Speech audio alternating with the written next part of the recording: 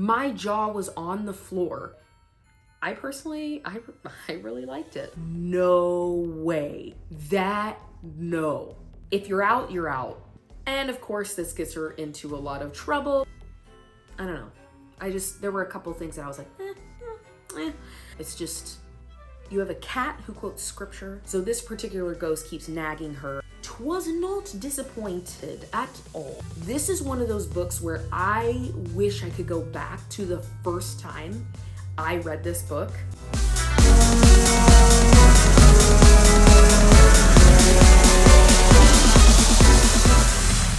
Hello friend, welcome back to a Very Bookish Vlogmas where I'm diving into my 2023 Goodreads challenge. My goal is 50 books. I have already read 50 books. I've surpassed that and I'm still reading. I am going over series, individual books, DNF, hopes for the future, book reading pile, and everything in between. If you haven't seen my book rating system, then hop on over to the first one, go to that timestamp, and I will give you a little bit about how I rate books. But without further ado, today I want to jump into the mystery/thriller books that I read this year. The first book I stumbled upon at the library, and it turns out that I love this book. It is called No One Will Miss Her by Kat Rosenfield. Now, I've never read anything by this author. I honestly had never heard of this title at all. I opened up the sleeve and it just seemed intriguing enough, and it paid off. Let me read you the synopsis and then I will go over what I really loved. A novel of suspense in which a girl from a hard-scrabbled small town meets a gorgeous Instagram influencer from the big city with a murderous twist. On a beautiful October morning in rural Maine, a homicide investigator from the state police pulls into a hard-luck town of Copper Falls. The local junkyard is burning, and the town pariah Lizzie Owlett is dead, with her husband, Dwayne, nowhere to be found. As scandal ripples through the community, Detective Ian Bird's inquiries unexpectedly lead him away from small-town Maine to a Swank City townhouse several hours south. Adrienne Richards, blonde and fabulous social media influencer and wife of disgraced billionaire, had been renting Lizzie's tiny lake house as a country getaway, even though Copper Falls is anything but a resort town.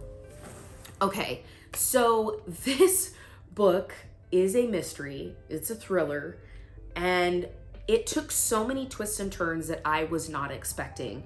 Normally, I'm pretty good at figuring out what is going to happen, and there were moments when my jaw was on the floor, and I was like, no way, no. It completely took me by surprise, and loved it. Lizzie is definitely, like it said, the town pariah. Nobody really likes her.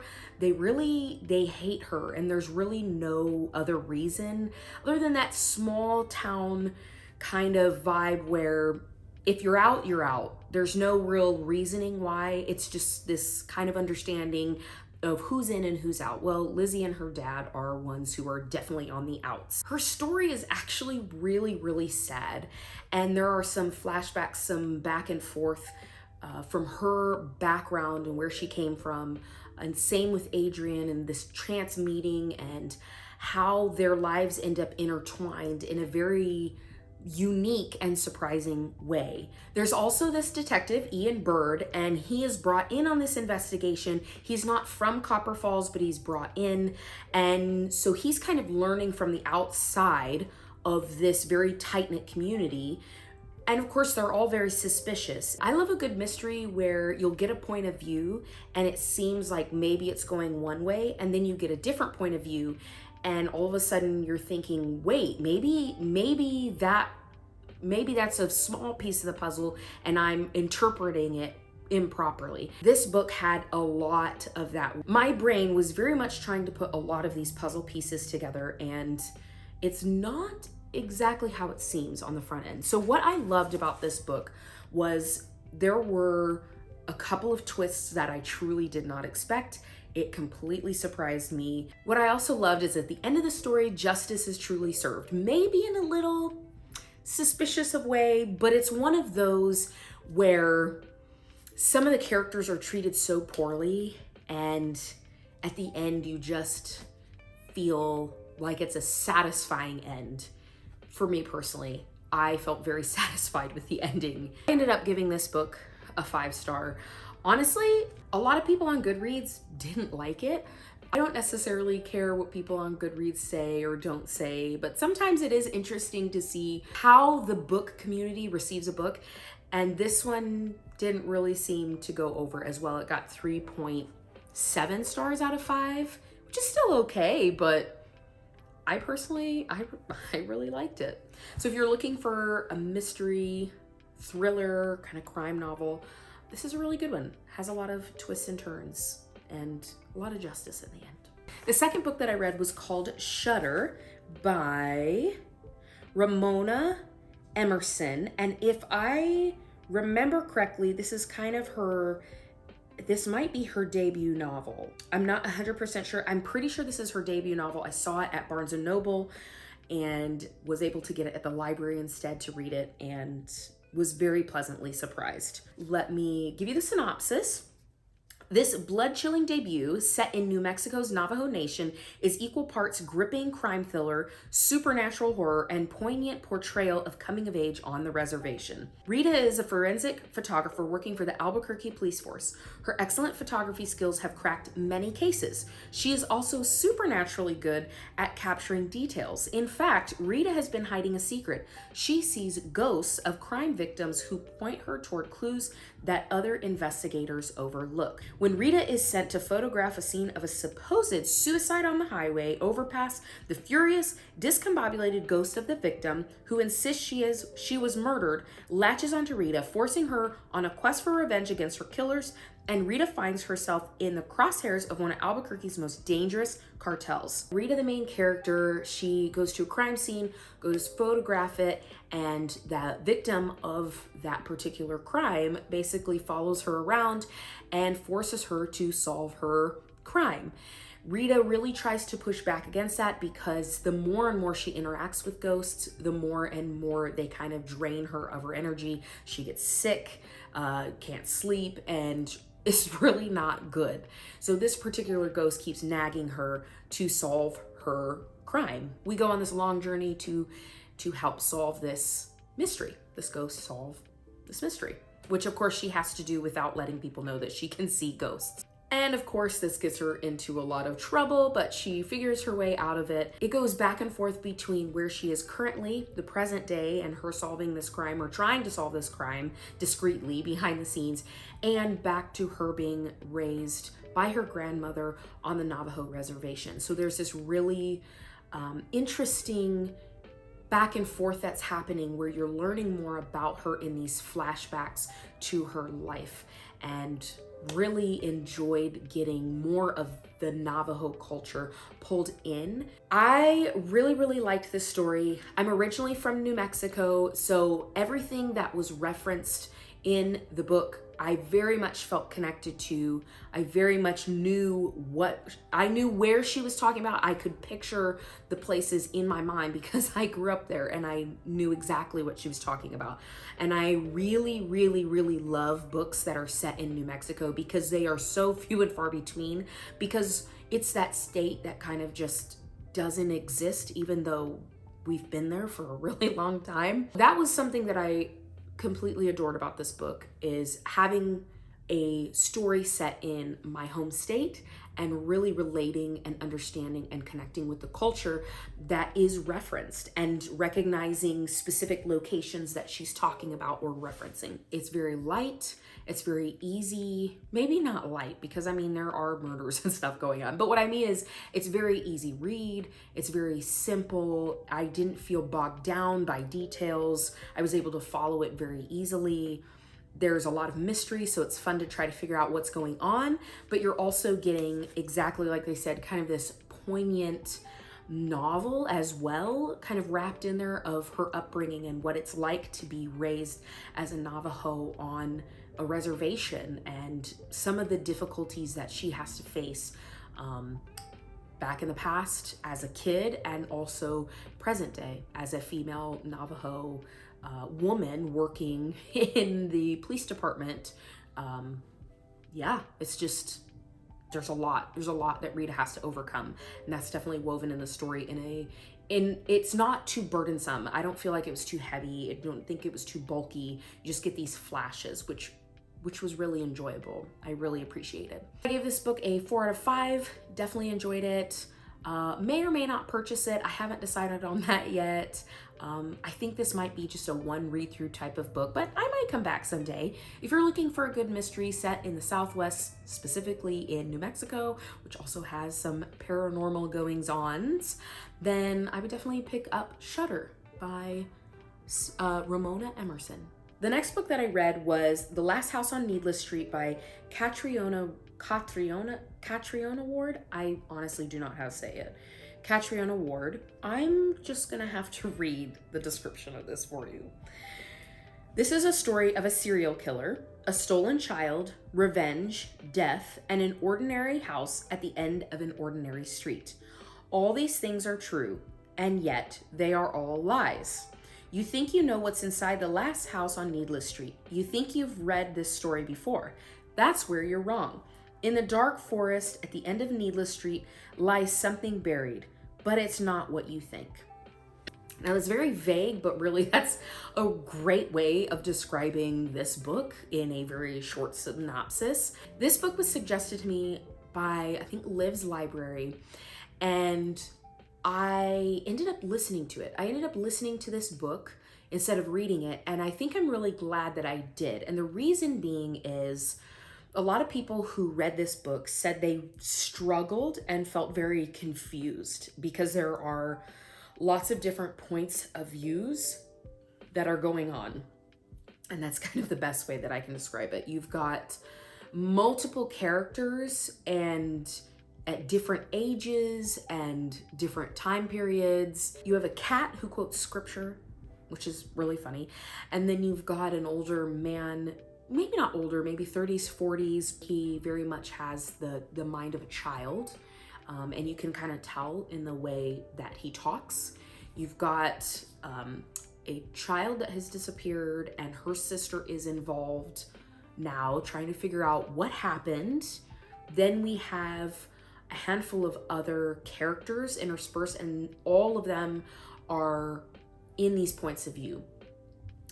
When I listen to it, obviously the narrator is giving different vocalizations to each of these characters. So I was able to track it very easily.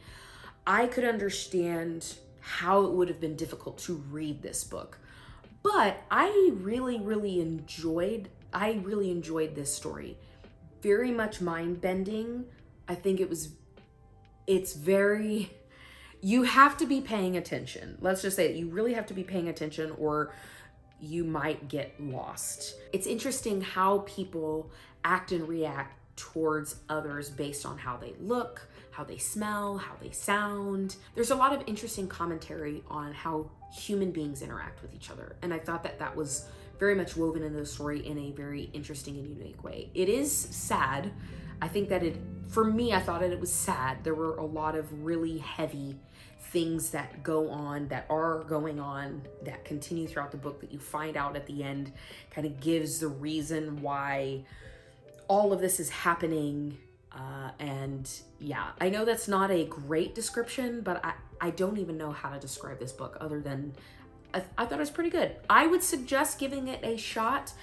Definitely kind of a psychological thriller going on there. I did the audiobook. I would suggest the audiobook.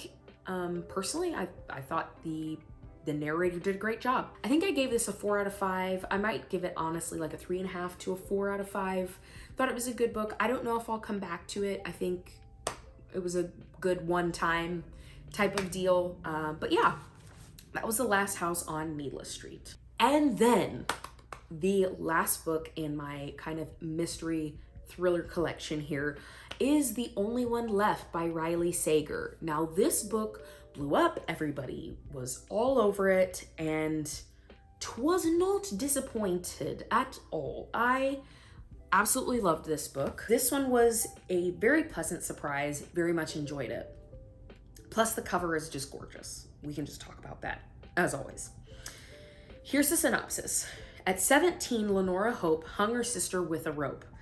Now reduced to a schoolyard chant, the Hope family murders shocked the Maine coast one bloody night in 1929. When most people assumed 17-year-old Lenora was responsible, the police were never able to prove it. Other than her denial after the killings, she has never spoken publicly about that night, nor has she set foot outside Hope's End, the cliffside mansion where the massacre occurred. Stabbed her father with a knife, took her mother's happy life. Ooh. It's now 1983, and home health aide Kit McDear arrives at a decaying Hope's End to care for Lenora after her previous nurse fled in the middle of the night. In her 70s and confined to a wheelchair, Lenora was rendered mute by a series of strokes and can only communicate with Kit by tapping out sentences on an old typewriter. One night, Lenora uses it to make a tantalizing offer. "I want to tell you everything." "It wasn't me," Lenora said, "but she's the only one not dead." As Kit helps Lenora write about the events leading to the Hope family massacre, it becomes clear there's more to the tale than people know. But when new details about her predecessor's departure come to light, Kit starts to suspect Lenora might not be telling the complete truth, and that the seemingly harmless woman in her care could be far more dangerous than she first thought. Okay, what can I say about this book? There were two definitive twists in this that really had me like jaw on the floor surprised. Jaw on the floor surprised. Normally I'm pretty good at seeing where a book is going, and just because I can see where it's going doesn't mean that I won't enjoy the book. But this is one of those books where there were at least two twists that I definitely was not prepared for and definitely did not see coming. I was going one direction thinking, I think this is what's happening, I'm pretty sure this is what's happening, and all of a sudden, in like an instant, this information is dropped and everything just falls into place. I love books like that. This is one of those books where I wish I could go back to the first time I read this book and get that feeling of surprise again, because it was so thrilling and exhilarating. I think one of the things I loved most about this book is the setting. It's in this clifftop mansion that's falling apart, much like I think it's the Dunluce Castle in Ireland, which I've been to, where the kitchen like falls off into the ocean one night during a storm. It's got those vibes, except it's set in Maine. It's got this really like eerie, big, creepy mansion, like Victorian mansion vibes going on, but it's set in the 80s, which is a fun contrast to read through. Riley does a great job of making everybody feel suspicious, so you think everybody is in on it, and in some way, that won't give spoilers, but in some way, like, everybody is suspicious and everybody does have something that they're holding back. And so you're always trying to figure out, like Kit is trying to figure out, what are you holding back? But even Kit is holding back a secret, which it's just a lot. You're always on your toes. The whole time I was reading this book, I felt on my toes and anxious to figure out what is going on. And those are the kinds of mysteries I really enjoy reading, because it draws you in and you just continue to be pulled in, and then you'll get more information and all of a sudden you're like, well, I had this hypothesis, but now with that information, that doesn't fit anymore. A couple of the things that I didn't like as much, Kit, the main character, one of our main characters, is a bit annoying at times. There are a couple times as a caregiver, and I used to volunteer at a hospice in New Mexico. My mom was the executive director there for many, many years. So there were certain things that she did that, because I've been a volunteer with hospice and I grew up in the hospice culture and environment, there are certain things that she does that were not terrible. I wouldn't say abuse, but just on the line where you're like, that makes me feel a little icky. It doesn't happen a lot. There's only a couple of times where I felt a little uncomfortable with how she did her job. I'll just say that. And then there were a couple of other times where she was just a little more pushy and annoying than I thought was necessary. I did like her, and it was realistic. I think I think her desire to figure out what is going on was definitely realistic, although she could be annoying at times. I'll just say that. Then the other thing that I didn't like as much, there were a couple things that people did, that characters did, that it didn't feel 100% realistic. There were just certain actions that they took that I was like, would somebody do that? I mean, that seems a little dramatic and almost like they did that simply to move the plot along, but I don't know. There were a couple things that I was like, I believe I gave this book either a 4 or a 5. Honestly, probably a 4.5 is what I would give this book. I think this is a book I would definitely reread, and I think this is a book that I would put on my shelf. I have not always enjoyed Riley Sager's books. There have been some that I've really enjoyed, and then other ones that I haven't. The House Across the Lake, I made it about 25% of the way through and I was done. I was not interested anymore. But there was one with the haunted house, maybe Lock Every Door. That one I enjoyed. So I think for me, Riley Sager's hit and miss. This one was a hit. I liked it. Anyway, those were my mystery and thriller books that I read in 2023. I would love to hear, did you read these? Did you enjoy these? What was your take on these? I would love to hear your thoughts. And I will be back here next time with another video. And I can't remember what we'll be talking about next time. Let's see. Oh, next time we will be diving into the horror books that I read in 2023. So anyways, I will see you next time. Bye, friend.